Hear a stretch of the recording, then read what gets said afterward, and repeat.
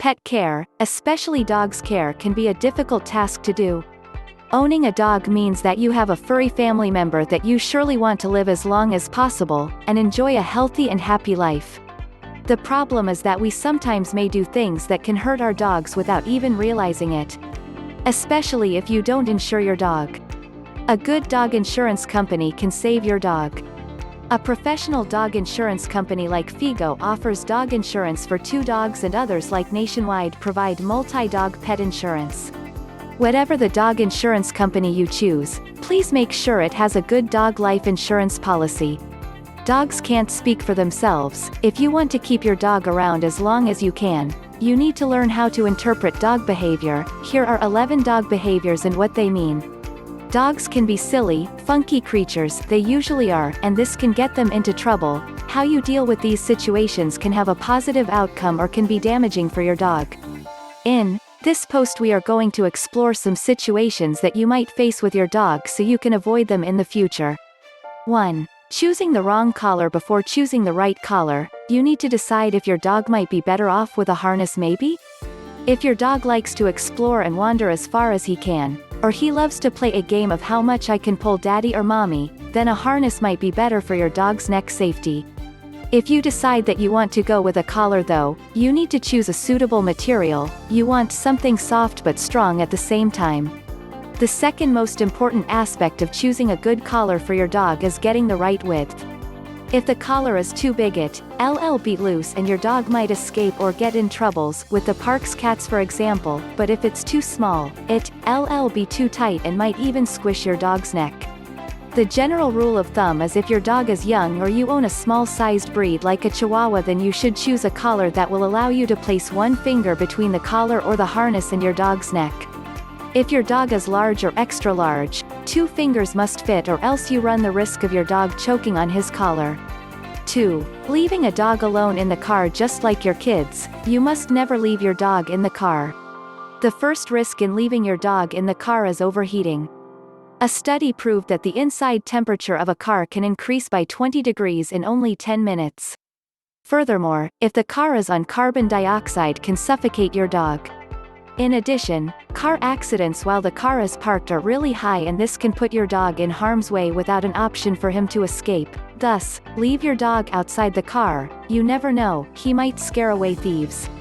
3. Neglecting your dog's teeth. Your teeth and your dog's both need cleaning. If you want to keep your dog's mouth smelling nice and his teeth looking good, you need to start brushing his teeth as soon as you get him, even if he is just a puppy. Some dog owners think that chewing sticks can brush your dog's teeth. This is partially true, since chewing sticks can't brush your dog's back teeth, tongue, and between the teeth. Finally, make sure to get a good dog toothbrush and a suitable dog toothpaste. Never use a human toothbrush or toothpaste to brush your dog's teeth, which can be dangerous, as some human toothpaste contain the artificial sweetener xylitol, which is poisonous for dogs. Dogs' toothpaste and toothbrushes are different and special. You can ask your vet to prescribe you a suitable one. 4. Letting your dog eat anything. If you truly care about your dog, never feed it table scraps. This will teach him undesirable habits like expecting food at the dinner table and not his bowl. Besides, human food can be toxic to dogs and can easily kill your dog. Check our worst 10 human foods dogs can't eat, to find out more about human foods dogs shouldn't eat. If your dog has a good appetite and seems to eat a lot, you can buy him some dog snacks which are healthy and can keep your dog away from sniffing at the dinner table. 5. Bringing puppies to a dog park. This is more than a precaution. You should walk your dog regularly, especially if he is a puppy. However, you shouldn't take him to a dog park. Grown dogs can be very social and might be passive carriers for disease sometimes, and your small puppy's immune system is not developed enough to fight such disease. Furthermore, large breeds tend to more playful and aggressive, which can traumatize or even hurt your puppy, even by accident.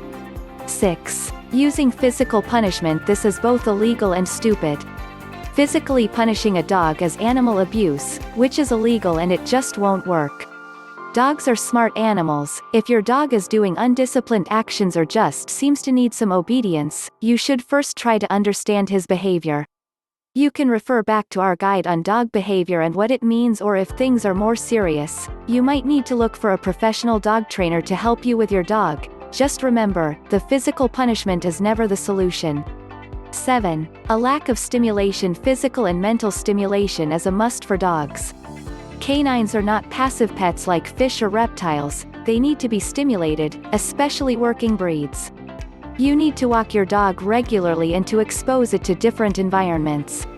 You need to play with your dog from time to time, challenge him both physically and mentally. The fetch the stick game isn't just a coincidence. If your dog doesn't get much attention and stimulation, he is going to start acting weird and might even do bad things to entertain himself. For instance, digging in the backyard, chewing your shoes, not always a matter of gum itching or ripping things apart. 8. Not securing your dog in the car. If seat belts were made for humans, why shouldn't they be made for dogs? You should always secure your dog in the car to avoid getting him hurt in case of an accident. There are a few ways to secure a dog in the car. Find the one that suits you.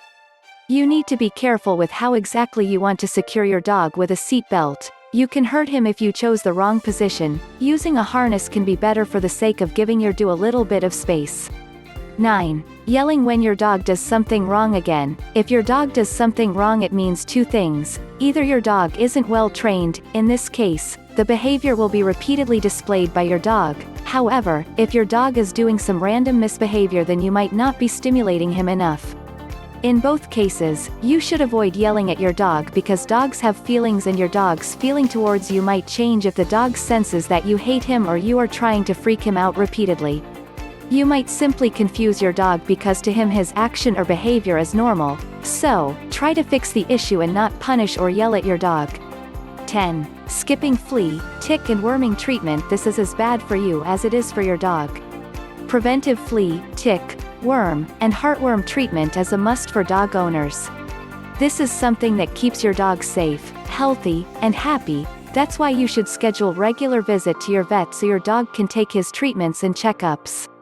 11. Leaving harmful objects around. This should be a pre-adoption step. Making sure your house is dog-friendly is a necessity before adopting a dog. Some things can seem safe for you, but they are rather dangerous for your dog, who is more adventurous and tend to try new things. Try to organize everything in its place. Things like paint, medications, and sharp tools should be secured away from your dog's reach. Chewables like nails, batteries, and socks seem to be the greatest in causing issues like a choking hazard.